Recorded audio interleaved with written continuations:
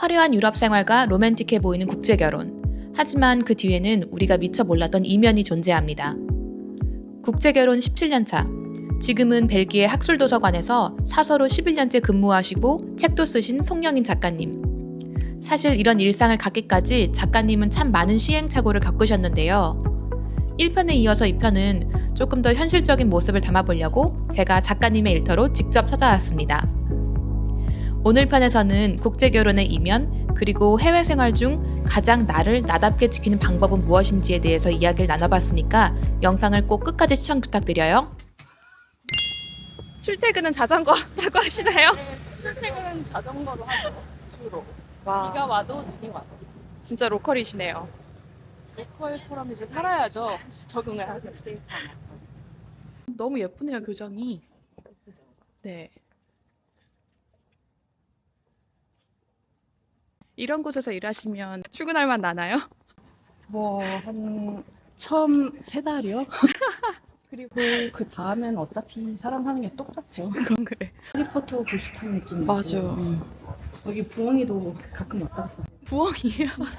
진짜 부엉이가 왔다 갔다 해요. 친환경 끝판왕. 자,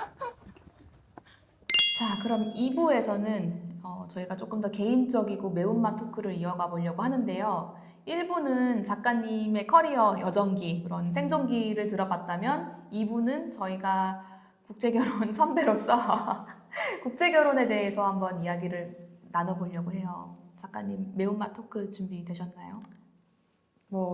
맵게 한번 해볼게요. 가능한 맵게. 자, 그러면 이제 첫 번째 주제부터 가볼 건데, 제가 그 지난 편에서도 말씀드렸지만 국제결혼하면 좀 약간 환상에 젖은 내러티브가 있어서 그렇죠. 근데 항상 그렇지만은 않잖아요. 그럼 작가님은 남편이나 혹은 시댁과의 문화 차이 이런 거는 있으세요? 제가 일부에서도 말씀드렸던 것처럼 사람 사는 데는 다 똑같습니다. 아, 맞아요. 그래서 시월드 뭐 이런 게 없다고 생각하고 그래서 서양은 쿨하다 이런 거는 사실은 되게 일반화라고 생각하고 맞아. 제가 아는 벨기에 친구들도 보면 이제 시어머니 온다고 하면 한숨부터 쉬는 친구들도 많거든요. 네. 되게 힘들어하고 맞아. 근데 생각을 해보면 가풍도 다르고 개인적인 가치관도 다른데 일단 국제결혼을 하면 거기다가 플러스 문화 차이까지 생기는 거잖아요. 그래서 이게 항상 좋다고는 할 수 없어요. 왜 몰라서 서로 이제 이해를 해주려고 노력하는 것도 물론 있겠지만 근데 맞습니다. 이제 제가 또 어떻게 보면 좀 실수 아닌 실수를 한 거는 결혼을 해서 저는 이제 굉장히 유교적인 가정에서 자랐어요. 그래서 부모님한테 잘하고 시부모님한테도 내 부모처럼 잘하고 사실은 정말 남편의 부모도 내 부모처럼 이렇게 생각하려고 노력을 많이 했던 것 같은데 사실은 이 나라의 문화에서 보면은 그거는 아무도 기대를 하지 않는 맞아요. 거거든요, 사실은. 며느리가 내 딸처럼 한다. 이거는 이 나라에서는 그렇지 않은 것 같아요.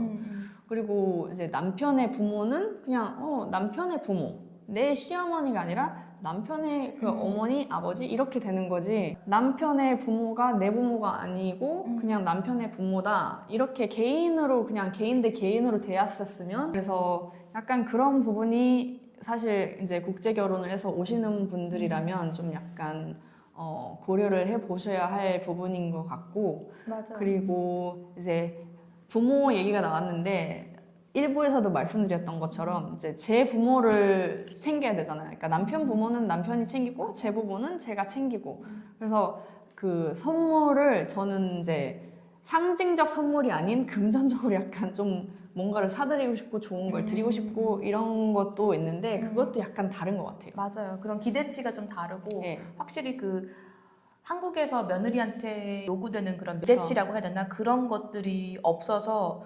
좋기도 한데 또 한편으로 보면은 그만큼 나도 시부모가 나를 딸처럼 그쵸. 예뻐해 주시거나 뭐 그럴 분들도 분명히 계시긴 그쵸. 하겠지만 뭐 그거를 이제 기대하면 안 되고 이제, 말씀하신 것처럼 네. 개인 대 개인으로 보는 게 남편의 어머니, 남편의 맞아요. 아버지 이 정도로 생각하고 그냥 서로 개인 간에 존중을 하고 그쵸. 그냥 그 정도 선이면은 사실은 여기선 충분할 것 같아요. 네네. 물론 뭐 분명 뭐 가족처럼 지내는 분들도 계시지만 이제 일단은 그래도 마음을 디폴트로 그렇게 두는 게 조금 더 내 정신 건강에 그쵸. 좋을 것 같긴 네. 해요. 네.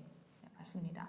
그래서 이거는 저희가 그 전 편에서도 나눈 주제긴 한데 책에서 거의 한 일부를 내 일을 찾아가는 여정 그쵸. 이런 그 정말 치열했던 생존 기록을 솔직하고 또 유쾌하게 담아내셨는데 좀 해외 나와서 남편을 따라 나왔으니까 좀 남편한테 의존하고 싶을 수도 있고 이런 때가 저도 있긴 했어요. 그렇죠. 그럼에도 불구하고 작가님은 내 일이 있는 것 그렇죠. 그거를 되게 중요시 생각하는 분인 것 같은데 다른 분들도 이렇게 좀 독립적인 삶을 살아가는 거를 추천하시나요? 네, 저는 굉장히 중요하다고 생각하고 나를 사랑하는 마음이 굉장히 중요하다고 생각을 하거든요. 네. 그래서 남편을 따라서 이 나라에 새로운 나라에 왔지만 제가 처음에는 언어도 되지 않고 그 다음에 이 나라 학위도 없고 아무것도 할 수 있는 게 없었어도 될 수 있다고 생각하고 노력하고 끝까지 저를 사랑하고 저를 믿어주고 그래서 사실은 저는 이거를 해 나갈 수 있었던 것 같고요. 처음에 제가 일부에서 말씀드렸다시피 자기 애도 중요한데 일단 상황의 변수가 또 되게 맞아요. 중요하거든요. 네. 그래서 저를 사랑하니까 저를 지킬 수 있어야겠죠 또. 그러니까 남편이 아프거나 아니면 제가 반드시 일을 해서 일을 해야 먹고 살 수 있는 상황이 생긴다거나 뭐 여러 가지 변수가 있는데 그 상황에서 사랑하는 저를 지키기 위해서는 저는 일을 꼭 해야 한다고 생각을 하고 예, 특히나 이제 벨기에나 이제 서구에 있는 서유럽의 대부분의 북유럽, 서유럽, 뭐 유럽의 대부분의 그런 나라에서는 이제 시스템적으로도 굉장히 그 여성이 결혼을 하고 나서도 맞아요. 네. 일을 하기 굉장히 잘 되어 있어요. 그거를 이제 육아를 하고 안 하고를 떠나서 그거를 모성의 잣대로 보지 않고 이제 당연히 이제 엄마도 사람인데 나가서 엄마가 좋아하는 일을 하는 거지 맞아요. 이렇게 생각을 하는 경우도 많고 그리고 대부분 한 3개월부터 이제 어린이집에 보내다 보니까 맞아요. 내가 엄마로서 정말 잘못된 일을 하고 있구나 아니면 혹은 뭐 내가 나쁜 엄마야 이런 죄책감 같은 거를 가지지 않게 되는 것 같아요. 시스템적으로도 잘 갖춰 있다면 예, 자기가 원하는 거를 하고 싶다면 이제 거기에 대해서 이제 한번 도전을 해보는 게 좋지 않나 저는 생각을 합니다. 맞아요. 벨기에도 그렇군요. 네덜란드도 한국에 비해서는 육아휴가가 되게 짧은 편이긴 하거든요. 네. 그리고 네덜란드도 결혼을 했다고 뭐 아이를 가졌다고 해서 뭐 잠시 일을 뭐 안 하는 그건 있고 그쵸. 뭐 혹은 파트타임으로 가는 경우는 있어도 아예 일을 안 하는 분위기는 아니에요. 사회적으로. 네. 그렇죠. 그래서 제 선택이 중요하고 일단 국제 결혼을 했더라도 제 꿈을 포기하지 않는 것 저는 그걸 굉장히 중요하다고 생각합니다. 네, 네, 맞습니다. 자, 그러면 지금 이 영상을 보고 계시는 분들 중에 뭐 국제 결혼을 앞두고 계시거나 혹은 국제 결혼으로 온 지 얼마 안 되셨거나 그런 분들도 계실 것 같은데 뭐 꼭 유럽이 아니더라도요. 사실 저 작가님도 책에서 많이 말씀을 하셨지만 국제 결혼으로 나랑은 거의 연관이 없는 나라에 와서 이제 적응하는 게 쉬운 일은 아니잖아요. 벨기에나 네덜란드 같은 경우는 영어가 아닌 또 다른 언어의 장벽도 있고 그렇죠. 문화의 차이도 있을 거고 그래서 지금 좀 힘든 시기를 겪고 계시는 분들도 계실 건데 상여자 국제결혼 17년 차 언니로서 조언을 해주신다면 뭐가 있으세요? 일단 한국을 떠나서 맞아요. 이제 새로운 국가에서 남편을 따라서 이제 정착을 하려고 생각을 했다면 그 사람을 정말 좋아하는 거잖아요.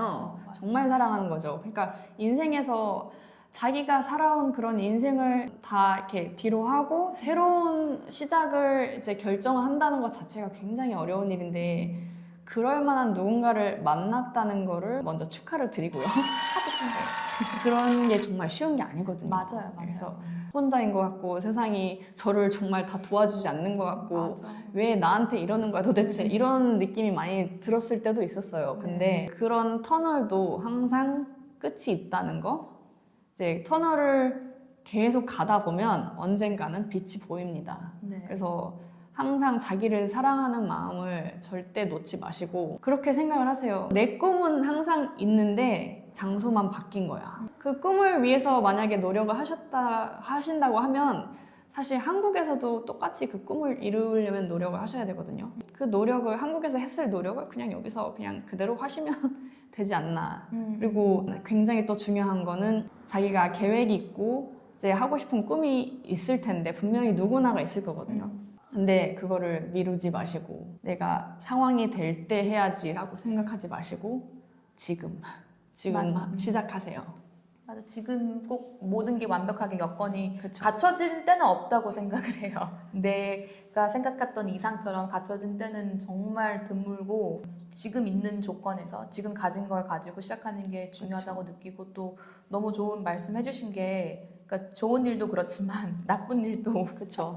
영원하진 않다. 그쵸. 그래서 힘든 일도 언젠가는 지나간다. 이 네. 또한 지나가리라. 맞아요. 이거는 근데 진짜 인생의 진리긴 해요. 맞아. 항상 진짜 죽으라는 법만 있는 건 사람이 아니거든요. 죽으라는 법은 없어요. 진짜로, 예, 맞습니다. 작가님, 제가 작가님과 한 1시간 남짓 이야기를 나눴으니까 네. 사실 1시간이면 한 사람을 알기에는 그 다소 굉장히 부족한, 예. 짧은 시간이죠? 그렇죠. 짧은 시간임에도 불구하고 그 작가님의 에너지가 저는 이제 충분히 다 전해졌거든요. 혹시 제가 에너지 뺏어갔나요? 아니요, 저는 아직도 많이 있습니다. 샘솟아요. 네. 계속. 네, 이런 작가님의 샘솟는 에너지를 수혈받고 싶으신 분들을 위해서 벨기에랑 네덜란드에서 북토크를 진행한다고 들었어요. 네, 맞습니다. 3월 28일에 벨기에 엔트워프에서 북토크가 진행될 예정이고, 네, 네. 그리고 4월 18일에 네덜란드의 로테르담에서 진행될 예정입니다. 아, 그러시구나. 아, 근데 네, 이런 좋은 기회가 어딨어요, 사실. 또 그쵸. 마침 이런 좋은 책을 쓰신 분이 벨기에에 있어가지고 북토크를 엔트워프랑 로테르담에서 한다고 하시니까 제가 필요한 정보는 여기 그 영상 설명란에 다 걸어드릴게요. 관심 있으신 분들은 꼭 한번 체크를 해보시기 바랍니다. 진짜 매운맛 토크는 그때 보여드리도록 하겠습니다. 한번은 들으면 안 되는 그런 이야기들을 현장에서 해주신다고 하니까요. 꼭 북토크에서 작가님과 좋은 대화를 나눠보시길 바랍니다. 예, 감사합니다. 시청해주셔서 정말 감사합니다. 작가님 오늘 귀한 시간 내주셔서 너무 감사합니다. 네. 그러면 다음 시간에 만날게요, 네, 여러분. 안녕히 계세요.